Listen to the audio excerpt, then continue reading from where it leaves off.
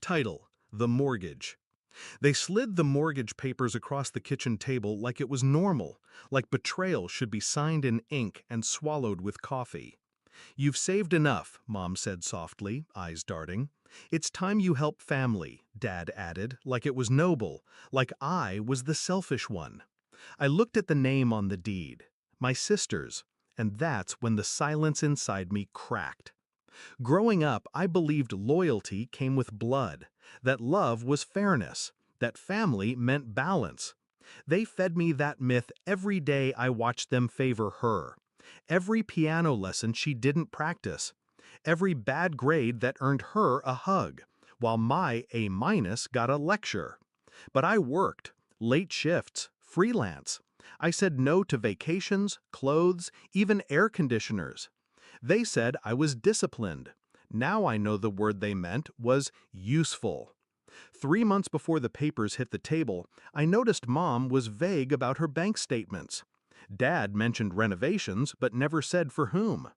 Then my sister posted a photo, a brand new house, marble counters, a wraparound porch. Her caption? "When hard work pays off." Hard work? She's never held a job longer than 6 weeks. I stared at the post until my hands shook. But I didn't confront them. Not yet. The next week, they invited me for dinner. I thought it was guilt. It was preparation. They served my favorite, lamb roast, mint sauce, even the expensive wine. That's when Dad pulled out the folder. Mom smiled, almost apologetically. "We already co-signed for her, but now the monthly payments—" "She can't afford it," Dad finished. "But you can." I didn't say a word. I just looked at them like strangers, because that's what they'd become. I said no. Not with anger, with finality. And that should have been the end. But they sued me. The letter came a week later, civil court, claiming implied contract, familial obligation, and a handful of other phrases that meant, "You owe us for loving you."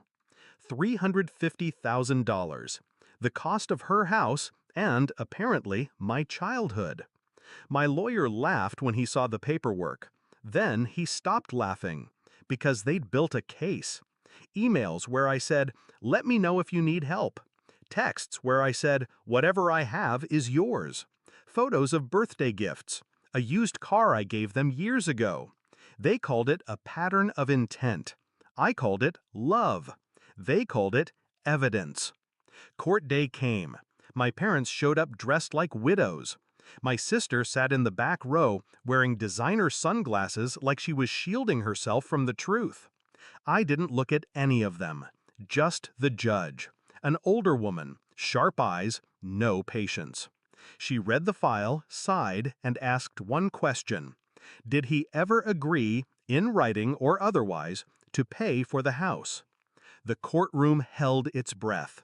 My father opened his mouth, but I spoke first. "No, Your Honor. I didn't even know they bought her a house until after they did."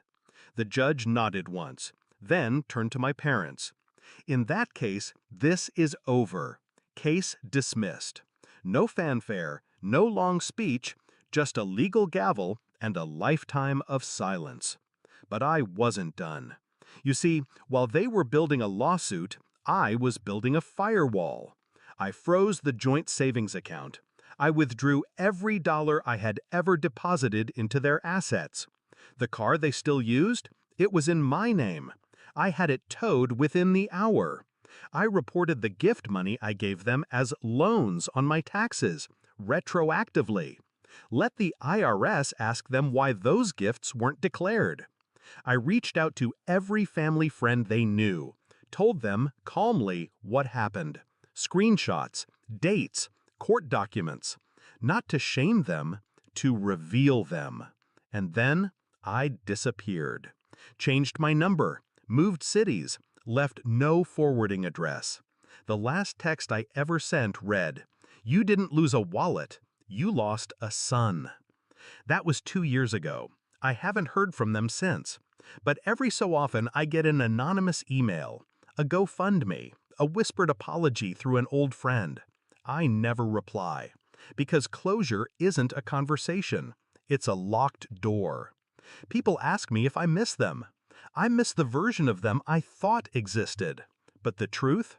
Sometimes justice doesn't look like revenge. Sometimes it's just walking away, with your name still intact.